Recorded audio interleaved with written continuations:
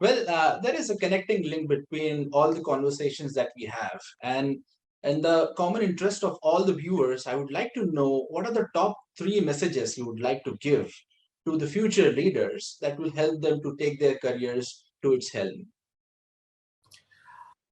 You know, three messages to the future leaders. That's a tough one because everyone has their own concept of what will help them. But let me give it a shot. I think first and foremost is get comfortable with data and metrics.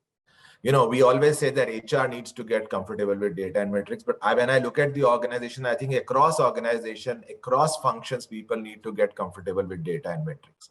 See, data is available and it is there in abundance, right? And a lot of people use data to lead to decisions and then hide for the success or the failure of those decisions behind data. It's not about the data. I think it's also about what story you inculcate from that data. So, what people need to do is understand the data, use their experience and their intuition, because when we look at the data, you get a sense. Use the combination of all three of them in tandem and then arrive at a decision. Because life is not about black and white. I wish it was very easy and binary to say a yes or a no, but the more higher you go in the hierarchy, you will understand that it's all about managing the gray. The black and white is very easy, right? It's written, yes or no, but it's about managing the gray.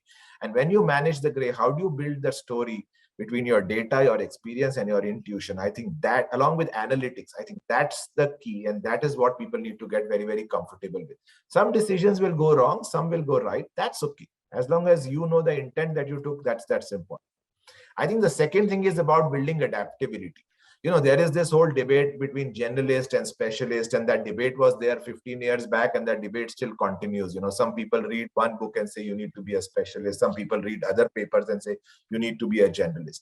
But I think what is the key to success is how adaptable you are to the opportunities that you create or come your way. If you are in an organization and you have aspirations to grow, people only look at vertical paths to grow, but there's also a wider horizontal area to gather experiences and grow. And that's adaptability.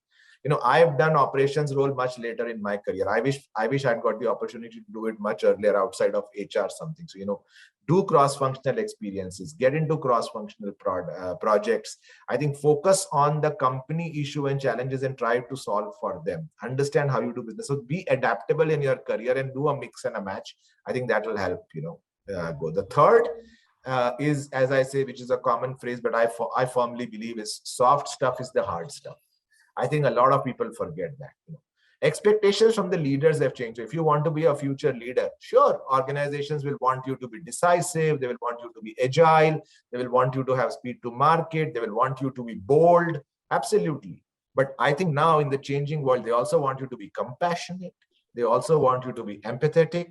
They also want you to understand what the other person is going through. So I think that change is important, and you have to understand it's the soft stuff that is the hard stuff. It doesn't come easy. For the exterior that we build or for the image that we all build, it doesn't come easy. But to be able to coach, to be able to mentor, to be able to guide, I think is something that that is very, very important, And so I think that's how I would look at it. So just to rephrase anything, get comfortable with metrics and data. Build adaptability in your career.